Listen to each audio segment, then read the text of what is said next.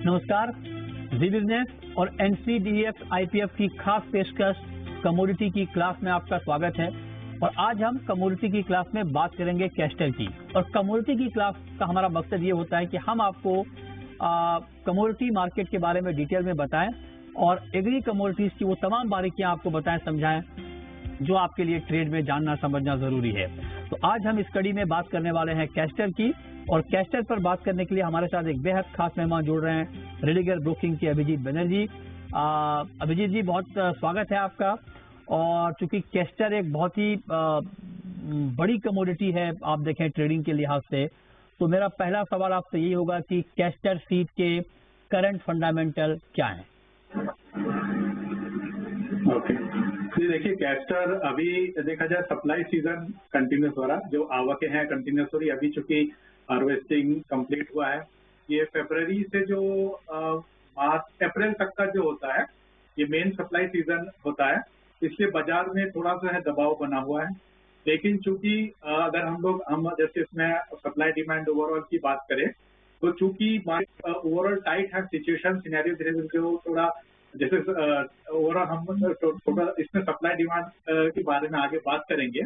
लेकिन जैसे जो कैरी फॉरवर्ड जो है, क्योंकि ओवरऑल कम के ज्यादा इंडिकेशन है, इस वजह से मार्केट में स्टेबिलिटी दिख रही है। भाव काफी टाइम से या कई हफ्तों से हम 6300 और 6400, 6450 या ज्यादा से 6500 के बीच ही 2-3 हफ्ते में हम ये देखने को मिल रहा है। मतलब मार्केट यहाँ धीरे धीरे कंसोलिडेशन जोन में एक तरीके से देखा जा रहा है जी। अच्छा, अब जरा हमें ये बताइए अभिजीत जी कि कैस्टर के पास्ट ट्रेंड्स क्या हैं और ट्रेडिंग के डायनामिक्स क्या रहे हैं पिछले दिनों के? ओके, हाँ, ओवरऑल फास्ट ट्रेंड्स अगर देखा जाए, प्रोडक्शन सिनेरियो हम बात करते हैं। प्रोडक्शन सिनेरियो जो लास्ट 2-3 साल से कंटिन्यूस धीरे धीरे मतलब ओवरऑल थोड़ा सा कंपनी की तरफ ही डिक्रीजिंग ट्रेंड में ही देखा गया है। इस साल भले ही थोड़ा सा परसेंटेज ज्यादा है, लेकिन लास्ट 2-3 साल में और कम देखा, जिसकी वजह से हम लोग अगर हम प्राइस रेंज की बात करें, जैसे 2022 तो चलिए कोरोना का बाद एक पीक आया था, तो वो एक जैसे 72-77 तक गया था, 7700 तक का हमने देखा था उछाल।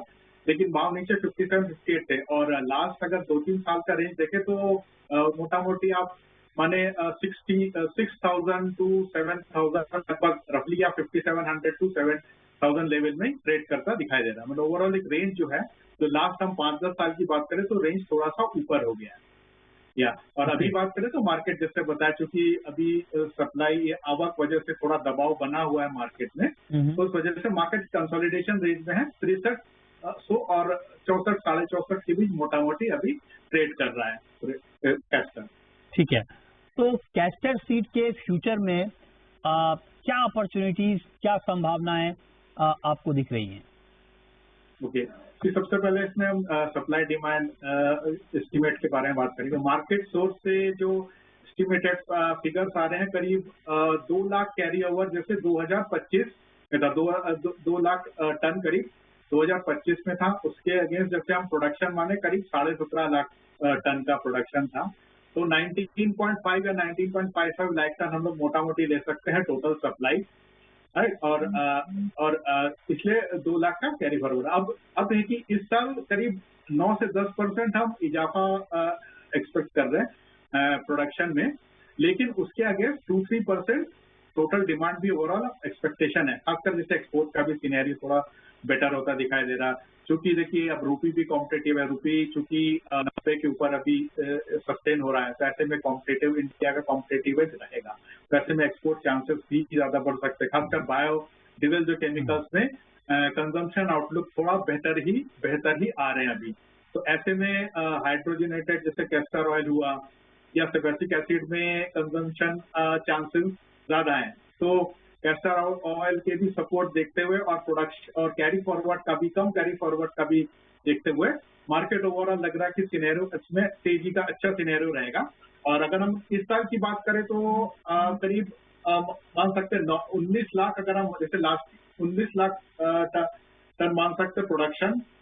सप्लाई करीब मान सकते हैं टोटल सप्लाई, क्योंकि अगर हम लोग 90,000 टन का वो माने कैरी फॉरवर्ड 2025-26 का, 2024-25, तो ऐसे में हम 19.9 लाख टन का हम टोटल सप्लाई रख रहा, जो डिमांड ओवरऑल टोटल डिमांड 18.5 या 18.6 लाख टन मोटामोटी मान सकते हैं।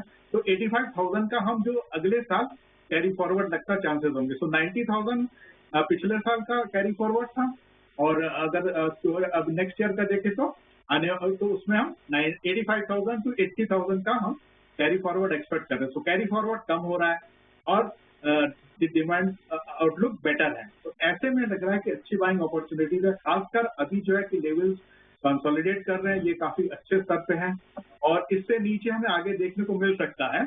तो अपॉर्चुनिटीज वाइज देखिए, दो अपॉर्चुनिटीज तो अच्छी खासी लग रही है, खासकर जैसे फ्यूचर्स की बात करें या हाजिर में भी जो स्टॉक करना चाहते हैं जी। आगे आने वाले जैसे महीनों, आने वाले हफ्तों में जैसे अगर 6300 के आसपास भी भाव दिखते हैं या 6250 रुपीज पर क्विंटल में भी हम हाजिर के भाव देखते हैं, ओके। तो यहाँ से स्टॉक कर, हाँ, तो इसमें स्टॉक करना चाहिए। और ओवरऑल सीनियर अगर हम लोग वो फैक्टरिंग करते हैं, अगर हम कैस्टर ऑयल या एक्सपोर्ट डिमांड प्रोस्पेक्ट या जितना एक्सपोर्ट जैसे चांसेस है कि 5-6% अगर बढ़ोतरी हो, और खासकर इवन 30% स्टॉक भी कम होने के चांसेस है कैस्टर ऑयल के आने वाले जैसे इस 2025, 26-27 में। ओके। सो ऐसे, हाँ, अगर ऐसा होता है, हाँ, सो हम 72 से 75 भी, अगर इसको टेक्निकली भी कोरिलेट करें तो 72 से 75 रुपए पर क्विंटल का हम तेजी एक्सपेक्ट कर सकते हैं ओवरऑल अगर पीरियड की बात करें। ठीक है, बहुत शुक्रिया आपका अभिजीत जी जुड़ने के लिए और डिटेल में कैस्टर मार्केट की बारीकियों को समझाने के लिए, बताने के लिए। Thank you. तो फिलहाल इस बुलेटिन में इतना ही, छोटा सा ब्रेक के बाद भी खबरें जारी हैं।